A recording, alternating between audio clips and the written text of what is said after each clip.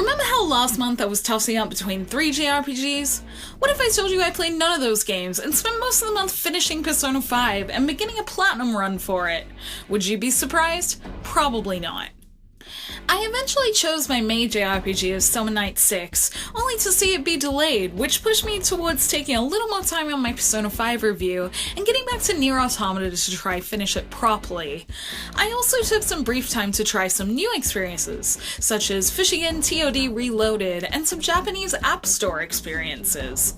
Although I'm sure I'll have more of a direction in what JRPGs I play next month, I enjoyed trying new experiences and spending more time with some new favorites, so here's a look at what I played in May.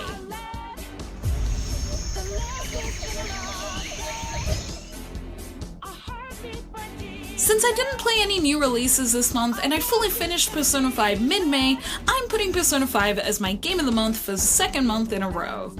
Finishing it was bittersweet because I found it so wonderful, and while it ended in a way that I was satisfied with, it was sad to know I wouldn't experience the magic of my first playthrough ever again.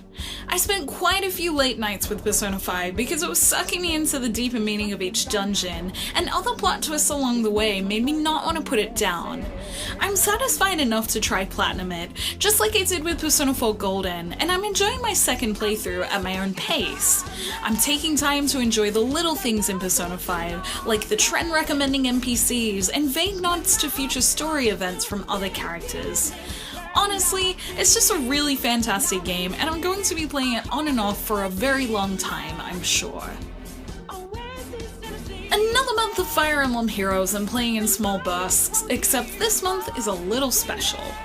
In the gacha draw focused on female mages, I got my favorite Fire Emblem character, Tharja, gave her all my level crystals, and put her into my party.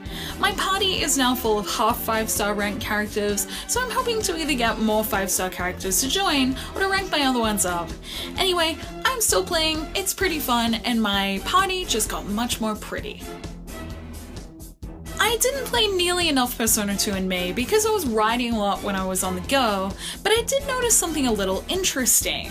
My battle skills in Persona 2 improved drastically while I was also playing Persona 5.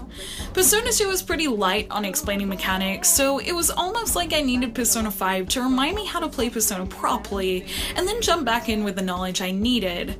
I'm hoping the story picks up a bit more soon at this point, but it is a lot more enjoyable now that I'm playing better. I logged into Final Fantasy XV briefly to check out the 1.10 update and check out some stinky tofu. No, really. It isn't a huge update, although the new stinky tofu recipe did provide some very interesting stat changes when I tried to do the limited timed quest with its HP dropping capabilities while boosting other stats. I also did the one-question survey where they asked what future content fans would like to see in 15, and if you guys did it, I'd love to know what you answered with, just out of curiosity. Avoiding spoilers, I chose the story content regarding a disappearance, but all of the ideas are ones I wouldn't mind seeing in 15. Since I enjoy finding random JRPG demos to play on my PS4, when I saw in screenshots the roguelike JRPG elements I remembered from Sorcery Saga The Great Curry God on Vita, I decided to give Fushigen TOD Reloaded a go when I saw it on the Japanese PSN store. A lot of its dungeon mechanics do remind me of Sorcery Saga, minus the curry brewing, with its roguelike nature and mechanics. It seems to be pretty dialogue heavy, with lots of talk about ghosts and things I don't understand the meaning of in Japanese, and probably some throwbacks to the Touhou game it's inspired by. I enjoyed its music and gameplay, so I may talk about it more in a first impression sometimes, but my first accidental look into a Touhou Doujin game was pretty interesting and made me want to get back into roguelikes more. Let me be straight, I only played Omega Quintet for about 5 minutes while getting footage for my last video, but I was reminded I still really want to play it. I had enough hype a couple of years ago to buy it in Japanese when it came out because I feared it wouldn't be localized, and even though I don't have the now available English version, I was reminded by the cute singing and dancing and the fun Final Fantasy XV-esque combat system that I would like to eventually play this idle JRPG to completion. Whether I play it in English or Japanese, and even whether or not it's good, there is still a piece of me that really wants to play it. I only played a tiny bit of Nier Automata last month thanks to cranking out my Persona 5 review and Persona 5 in general, but I have an itch to get back into it and get those main endings I haven't seen. I actually tried to play a few times this week, but my PS4 was having errors, so hopefully I'll have better luck before June's releases to at least finish Route C. The plot is getting weird and I like it. I had the idea of repurposing my horribly cracked old iPhone into a phone with a Japanese app store, so I could play all the Japanese games I see ads for on the train and on Twitter here. My good friend Dennis suggested a game called Phobos Children, and knowing there were also a bunch of other games I wanted to play, I took a small amount of time to finally make this happen and played just a little bit of it. I haven't played that much, but I like the gameplay of Phobos Children a lot. Battles are done through tapping buttons coming up on the screen and pressing matching colors to make combos, and it was pretty fun. There were a few localization imperfections in the dialogue, but regardless, I found myself kinda wishing I had my other phone with me on the train for something different to play recently, so I hope to return to it in the future.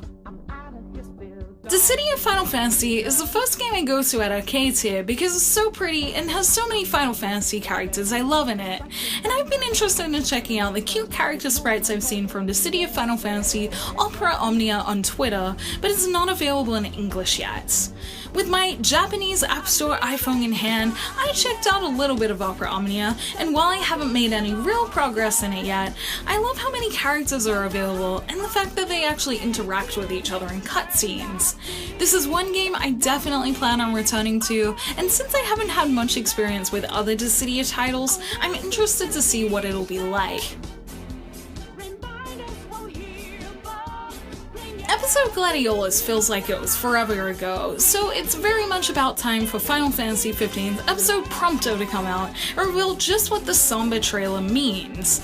On top of finally playing episode Prompto, as long as it comes out all to plan, I'm hoping it also includes a trailer for episode Ignis, because Ignis is my favorite character from 15, and after seeing how much fun it was to play as Gladio, I'd really like to do the same with Ignis. I also like Prompto, so I'm curious what they'll do with his character story-wise, and if they'll add special mechanics like they did in episode Gladio. As for full JRPGs I want to play in June, I'm planning to play the Japanese Valkyria Revolution demo to help me make my decision. I played the God Wars Future Past demo a few months ago, and thought the mythological story looked interesting, so that's definitely on my list, but the Valkyria Revolution trailer looks really good too.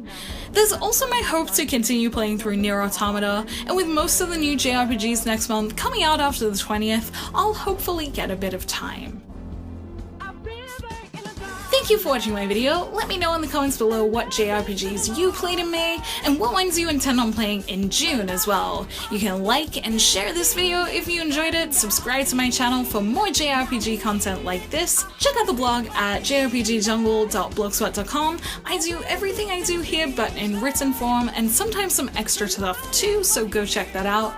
I'm also on social media on Twitter, Facebook, and Instagram, all at JRPG Jungle, and until next time, thank you, bye!